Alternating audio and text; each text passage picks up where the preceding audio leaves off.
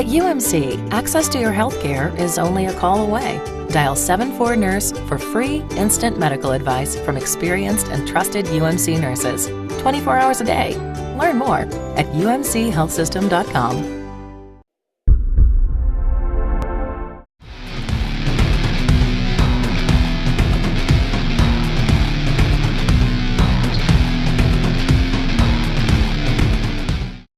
And welcome in, everyone, to the UMC Health System AJ Media pregame show. I am Zach Long with Don Williams and Krista Pirtle as we get you ready for the Thanksgiving battle between Texas Tech and the Texas Longhorns down in Don Williams' favorite city in America, Austin, Texas. Don, I know you're looking forward to a holiday full of hippies and gravy. Zach's making that up. It's not my favorite city in America, but that's what Texas Tech signed up for. They're playing the Longhorns on Thanksgiving night in Austin. A lot of Texas Tech fans, I think, kind of resent that Texas Tech is in this game. Longhorns want to play on Thanksgiving night every year from now. And Red Raiders said, hey, opportunity to be on national television in a pretty exclusive window where there's on a day when there's not much other college football going on. Hey, they're all on board for that. Kirby Hocutt really likes this idea, and so that's why Texas Tech is playing the Longhorns on Thanksgiving night in Austin, because they have that national television audience. And Krista, some kids on the team like Kerry Hyder, they get to go back home for this game. Absolutely. And a big key thing is there's a lot of guys on this Tech roster from Texas, and so the Texas Longhorns, they probably watched them growing up. So from their perspective, how cool would it be to go down to Austin and beat some Longhorns?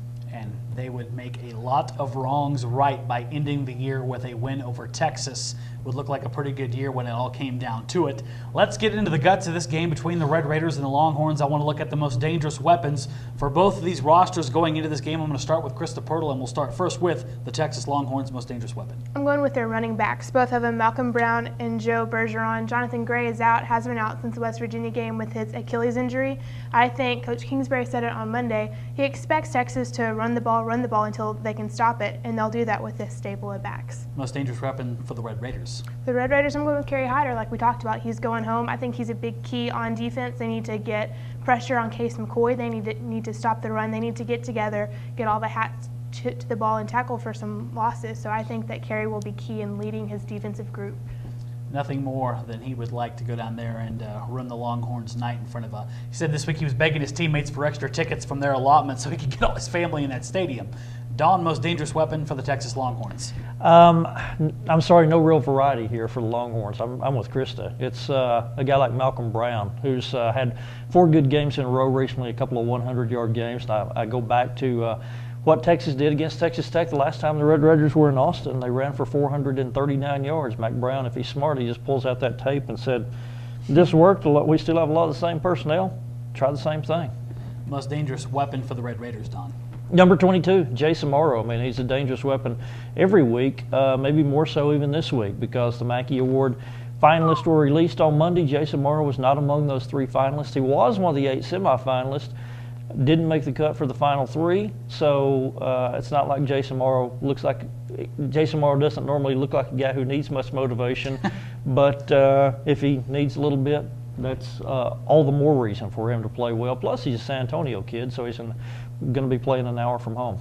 Yeah, the Mackey Award Twitter account took a little abuse yesterday from the Red Raider Nation. There was no doubt about that. Got pretty feisty on there. Let's go in now to how Texas Tech can win this game. I think it's a little redundant to talk about how Texas can win this game. I think it's pretty simple. They run the football down Tech's throat, they're going to win the game. How do the Red Raiders win this game? I'm going to start with you, Krista. I've got 3 quick hits. First off, field position. Against Oklahoma State, Texas started at their own 27 times in all 14 drives. They started under their 35-yard line. So I think if Tech can get them deep into Texas's own territory, that will be a key for them. Also, ball security. Texas loves to force fumbles. Not many interceptions, a lot of fumbles. So especially if Baker Mayfield starts, he's got to hang on to the ball, and then just turnovers in general for Tech. Got to cut that out. Yeah, that's killed them the last few weeks and put them in some bad situations. And they talked about that a lot on Monday, putting each other's units in bad situations, and it's hard to dig out of those. Don, how does Texas Tech win this game? I think good quarterback play for one thing. It's got to start there, and from one Saturday to the next, you're never sure if you're going to get a good young quarterback showing his best attributes, or if you're going to get the dark side of the young quarterbacks who are fumbling, missing receivers, throwing interceptions, those sorts of things. So it starts there. You got to have a good quarterback play, and then it would be nice for Texas Tech to win the turnover battle for the first time in a conference game. I believe it's Kansas. Goodness gracious. And Baker Mayfield, of course, if he is the starter, a lot of motivation there. Of course, he went to Lake Travis High School just up the road from the old stadium there in Austin. I think he'll be pretty fired up if he gets the nod right there. Of course, Kingsbury said yesterday, you'll know when they trot out there. We've heard that statement before, and he will stick to it, I promise you. Inside the Big 12 Conference, guys, right now, not a lot of good games this week. These are very boring with the way the conference is played out. Of course, the big boy was last Saturday when Oklahoma State took it to Baylor, and now they've got control of the Big 12 Conference. If they beat OU, they're going to the Fiesta Bowl. They're going to win the conference title. If they lose, all hell breaks loose, and we're going to go all kinds of scenarios and tiebreakers. These games, though, not a lot on the line here, but we're going to go through them nonetheless. Let's start first with Baylor and TCU. The Bears are going to try to rebound after that loss to the Cowboys, Krista. It wasn't just a loss, it was a butt whooping. Yeah, that it was. Yep, so I think Baylor's going to bounce back, beat TCU in Fort Worth. Yeah, I think Baylor gets back on track there, and just to make themselves feel better, they'll try to score about 80 points, Don. I can see TCU defensively slowing down Baylor, holding them in a reasonable range. What I can't see is TCU's offense doing very much against the Bears. Realistically, I think they could hold them to, 45, 49 points. That seems low when you're talking about the Baylor offense. But can TCU score that many? No way. That's right. The old Sunflower Showdown, which as a few people in the Kansas media this morning have now labeled the Sunflower Beatdown. Kansas State and Kansas, and that was a surprising game last week. Oklahoma goes into Manhattan, and they finally start the correct quarterback, and they rip the Wildcats on the ground. So I think Kansas State might be a tad peeved off, and they're playing for bowl position here, guys, against the Jayhawks. Krista? I'm going with Kansas State. They're going to bounce back and beat the Jayhawks handily. Yeah, last week I thought Kansas had a chance to go get another win at Iowa State, and they get blanked in Ames. Huge disappointment. Snyder and the Wildcats roll that game, Don.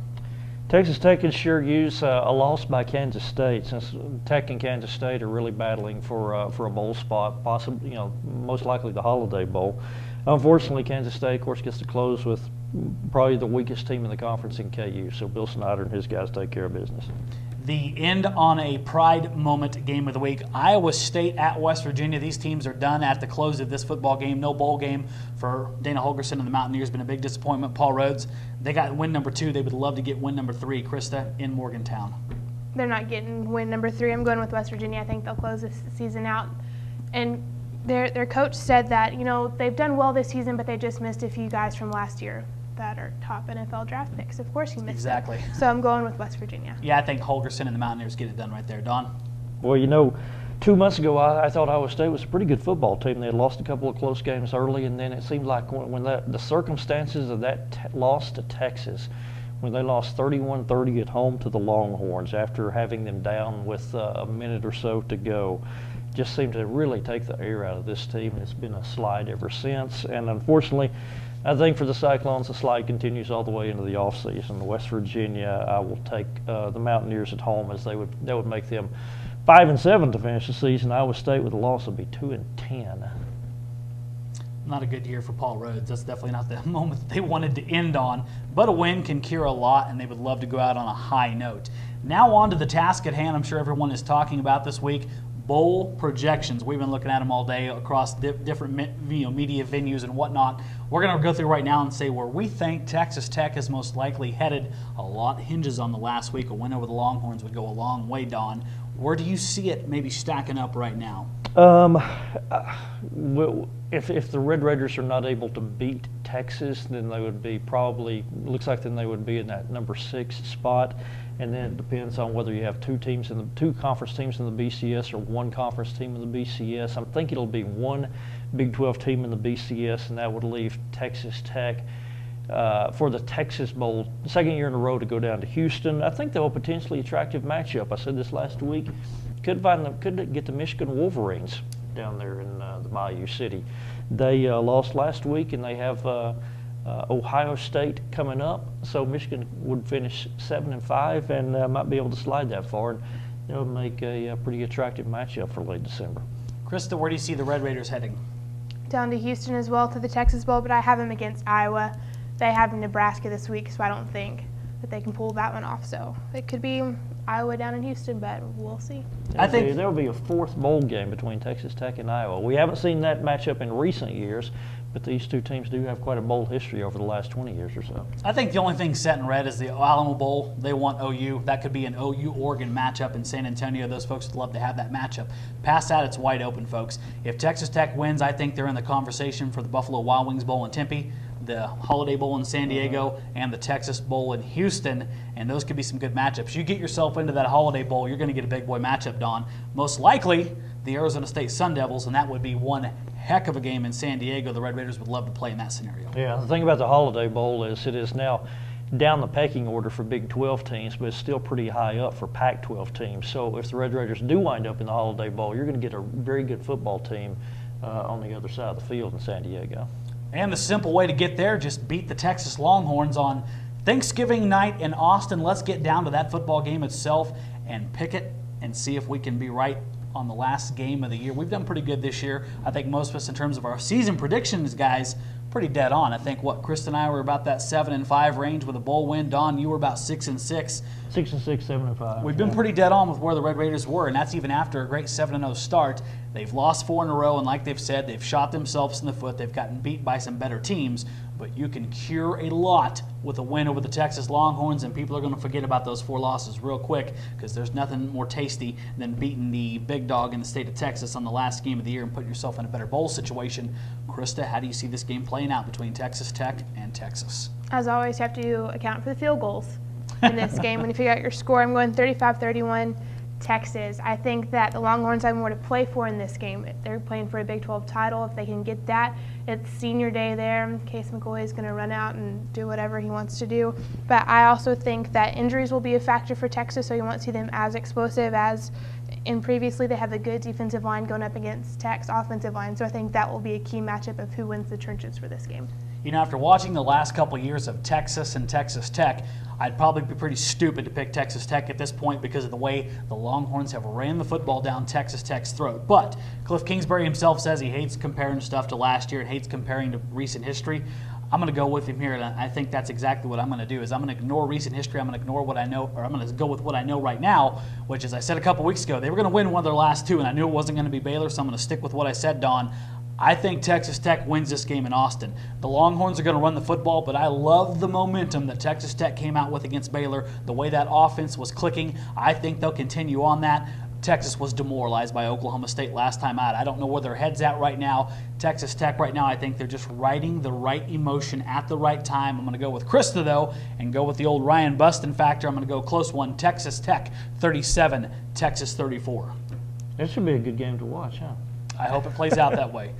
You guys are right. Of course, Anthony Farah from Texas was actually the Lou Groza Award finalist. He's made 17 out of 8. Yeah, he's made 17 out of 18 field goals.